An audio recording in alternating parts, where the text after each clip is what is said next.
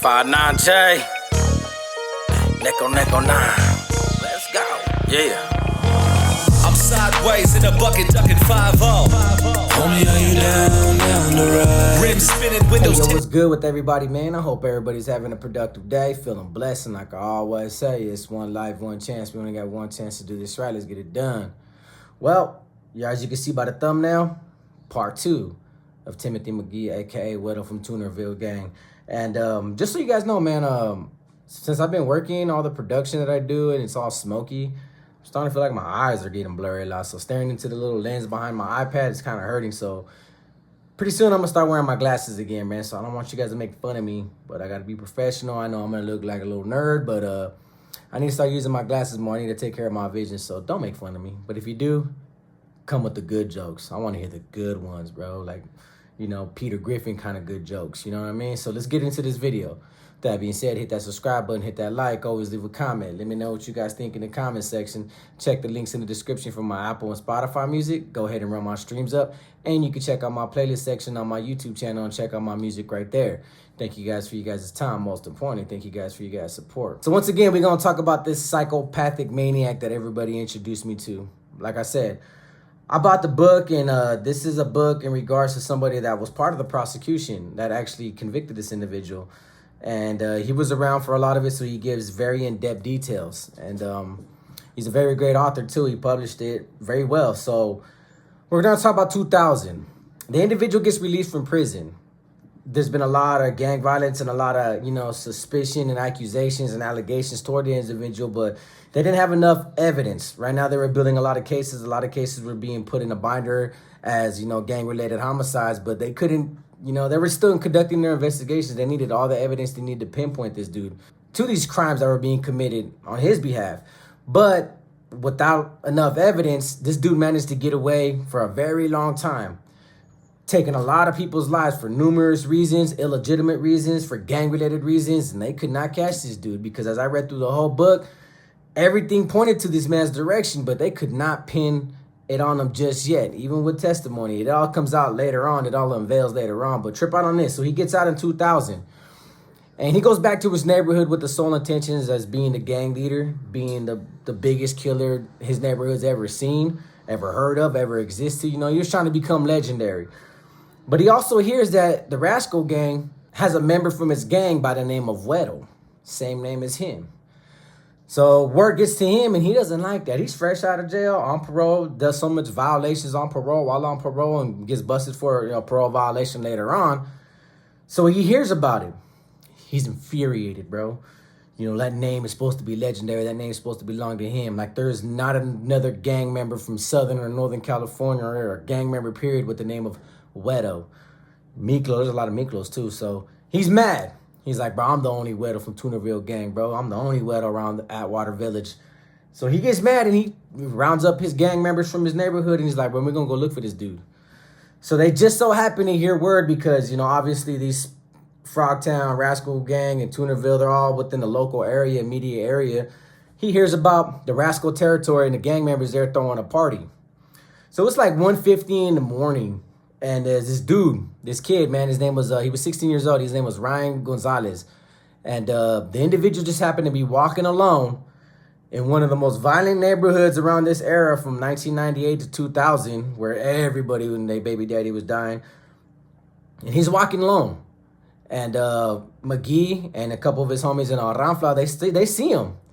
So all of a sudden, they're like, hey, man, pull over. You know, it was like a straight scene out of Boys in the Hood. Hit the lights. Hit the lights. And they pull over, and McGee confronts the kid. Now, nobody in the trial and testimony, nor do the transcripts or interrogations, that anybody pointed out whether or not this kid was actually the Weddle they were looking for. They didn't even know if that was his name.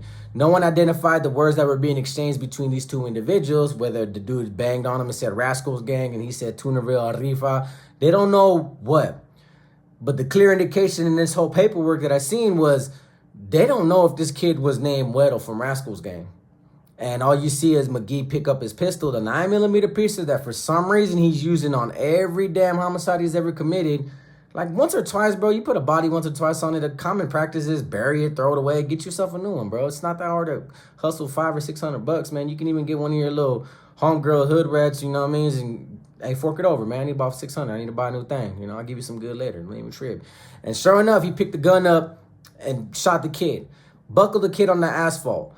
The kid didn't die on impact. He really didn't. So McGee stood over him and fired multiple rounds in his body.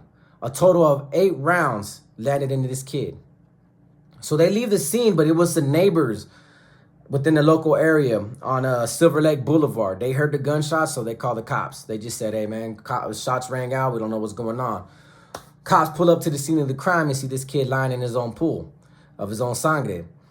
So they call the ambulance. The paramedics get there, and they literally, instead of just putting him on the bed and getting him to the ambulance, they try to operate on him right then and there. Cutting off his clothes, left his clothes all over the place, trying to stop the bleeding, realized they couldn't stop it, took him to the hospital, and he pronounced dead. He passed away. So you're talking about a 16-year-old kid that, yes, I do agree. He joined the life. He was part of the rascal gangs. You know, as much as everybody says, hey, man, if they're young, 12, 11, 10, 9, or 15, 16, if they join a life, you know, they got that coming. No, I'm tired of hearing that narrative. And it's very poor for us to say that, man, these young kids, if they can join it, they can get a bullet to the head. No, I'm gonna try to stop that narrative as much as possible. Because this kid got gunned down because his name was Weddle. Now, he would have pretty much got gunned down just for being from the rascal gang anyways, because McGee and his homies decided to be the biggest terrorizers of the community known to mankind. Obviously, they were going to target him regardless. But for the simple fact that this man's name was Weddle and this kid's name was Weddle, and he didn't like that, and he wanted to be the only Weddle to ever walk the planet, the only light-skinned gang member to ever exist. So I bet you back then, if you were light-skinned, you had something coming, bro. You better be dark brown, you know, or midnight black, or, you know, at least 11:59 black, you know what I mean? So that happens. About a month later, it's 4th of July, American Independence, the Day of Independence. Thomas Jefferson signed it into declaration. A place where, a time where everybody celebrates fireworks. And what's crazy is that New Year's Eve, in my neighborhood, New Year's Eve, 4th of July, and Halloween were like the best times to commit the best crimes, because everybody's going to be shooting illegal fireworks all in the air. You're going to hear a lot of explosions. Cops are going to be driving everywhere. That was the best time to go shoot it out with somebody, especially on New Year's Eve. That's the best time. You're going to mess up somebody's night because, you know, everybody's gathering up. That's when the neighborhood's going to gather up. They're going to shoot some fireworks. Cops can't patrol the whole city in one whop. So that was the perfect time. So 4th of July is happening. And obviously, McGee's not an American patriot and decided to take a day off and celebrate and just go kick it with family and have barbecue and, you know, fill up on some torta. He didn't want to do that. He didn't want to eat no hot links and, you know, some barbecue ribs. He was just, I guess his mind was somewhere else. So he wakes up early that morning and he's listening to the police scanner because he's paranoid. He's just been doing a lot of shootings and a lot of hot ones lately. So normally his routine, according to the court transcripts, is that, you know, he always had a police scanner because he was always paranoid about his neighborhood. He's always paranoid cops might hit him, cops might raid, cops are investigating, cops might do a gang injunction, who knows? And he overhears the police scanner. There's a 211 in progress in the rascal gang territory. So he's like, interesting. What's going on over there? So the whole time the cops are on the radio calling it in, letting them know, hey, man, we're following a 4-door brown Honda Accord. And then, bam, like Einstein, the bubble goes off in his head, and he was like, oh, man, that's the homie's vehicle. So he starts calling up all his homies from his audio, and he's like, hey, bro, we got to do something, man. The homies are on a high-speed chase. You know what I mean? They're headed this way because the cops posted a location every couple blocks, and it showed that they're headed towards Toonerville. So what do? They go outside, and there's a beat-up washing machine, and they push the washing machine in the middle of the road. And then now they're just hiding behind bushes. They're hiding behind parked cars on some Green Beret type stuff. You know, real militant, SEAL Team 6. And they're waiting for it because they can fit. I don't know how, just by the miracle of God, the cops managed and the car turned on the direction they were going. But they managed to position themselves on a location where they were going to ambush these cops. So the cops hit the block and they see the Honda Accord. And they're like, all right, cool. Let's ready. Let's go. As soon as somebody threw a bicycle in the middle of the road, too, to make the cops stop the brakes and like try to maneuver around it. So it slowed the cops down just enough for McGee to start shooting through the vehicle. just so happened to put bullet holes through the driver's side of the cop's vehicle. And it actually hit the driver in the leg, but didn't injure him. I think it went through his pant hole. I think the door and the bullet stopped the bullet from going through his leg. And they just kept shooting up the vehicle. So the cop car and the brown Honda, they crashed, bam, right next to a tree. One of the suspects, he gets out with a Tech 9 and just starts letting off. There's another suspect in the back of the vehicle. Even though they threw one of the semi-automatics out the window prior to them getting into the car crash, there's another dude shooting through the broken windows from the back, since the cop hit the Honda from the back, shattered the windows, and he's dumping. Cops did notice McGee run from the scene. They didn't recognize him, but he ran. They noticed somebody ran. And these 3 individuals got apprehended. And they wind up getting life sentences regardless, because, obviously, they were on a come up that day, and a couple $100 meant getting a life sentence and meant shooting it out with the cops, because you don't want to do 7 years for a 211 robbery. So you turn a 7-year robbery into, all of these other charges and shooting at the cops because you want to survive to go spend a couple $100. They wind up getting life sentences. But McGee wasn't prosecuted in that trial, even though they connected him to that trial on the basis that when they did the evidence and shell casing gathering, that 9mm bullet that was connected to Ryan Gonzalez's murder just happened to be in the cop car. So the cops shoot it out with these individuals, but they wind up arresting all 3 of these individuals. McGee gets away at this time. But they're like, wow, this 9mm bullet is the same bullet that happened over here, same bullet that happened over there, same bullet that. So they're like, man, we're getting close, even though this wasn't unintended. We're getting close to the individual, and then he's happened to just be carrying the same gun. That takes place. And trust me, there's so much more to the story. There's going to be a lot more parts to this individual. This dude was a nut, bro. September, a couple months later, there was a young kid. And everybody knows about the LA River, man. I've yet to go there, man. I want to see it so bad, man. I feel like it's like a Los Angeles monument because of the graffiti, the art, blood in and blood out, showcased it too. So there was a young artist. He was a tagger. And he was down there by himself, and he was creating some type of art, some type of tagging, some type of sketch all over the river. And somehow, some way, McGee and his homies are right there, and they see that and they don't like that.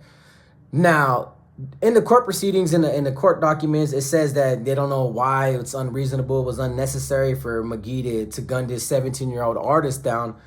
But they don't know that, taggers are a big thing when it comes to Los Angeles. They're part of gangs, or they get involved in gangs. They're connected to gangs. And, taggers do target one another when it comes to whacking each other's art form out. So that takes place, right? McGee sees him. And for some reason that's unexplained in the paperwork, he shoots the young kid down for tagging on the LA River. But there was a homeless man that was collecting cans, or, just to go get some beer money, get something to eat, noticed it, seen it, but didn't even intervene, didn't get involved, didn't even want to make himself notice and present. But McGee seen this homeless man. So McGee said, hey, man, no witnesses. So he went and just shot down a regular homeless man who was just looking for cans, bro. Just out there struggling with life, living life, how maybe that was his sense of freedom. Like, man, I don't have to pay taxes. I don't have to work. I don't got to listen to nobody. I can sleep in this river. I can collect these cans that people throw away, and I can go get me an extra beer and just call it a day. Just gunned him down for just being a witness to a crime that he committed unnecessarily. They managed to connect this individual to all these homicides that I talked about in these last 2 videos, and yet there's more to come. But one thing about this article that trips me out, right, is they described this man as a hands-on leader. So basically, he wanted to lead by example. He wanted to be the individual gunning everybody down and taking everybody with him to gun everybody down. That he used to get some of his homies and train them how to shoot weapons. Not only that, make them go look for targets as target practice. So we're talking about a crew around his era that pretty much walked around with semi-automatics and fully automatics, just shooting at people for practice until they see their rival gang members, so that way they never miss their targets and they actually commit these bodies. That's a tripped out story. And like I said, this dude's, even though he's a horrible person and a violent person and he's at where he's at and he deserves to be there, this individual has an intriguing story because of everything that he was connected to and the wrath of violence that he committed by being released from prison. And they couldn't catch him for a very long time. So I'm going to end it right there. Get ready for the next part pretty soon. So with that being said, like I always say, it's one life, one chance. When you got one chance to do this right, let's get it done. Peace.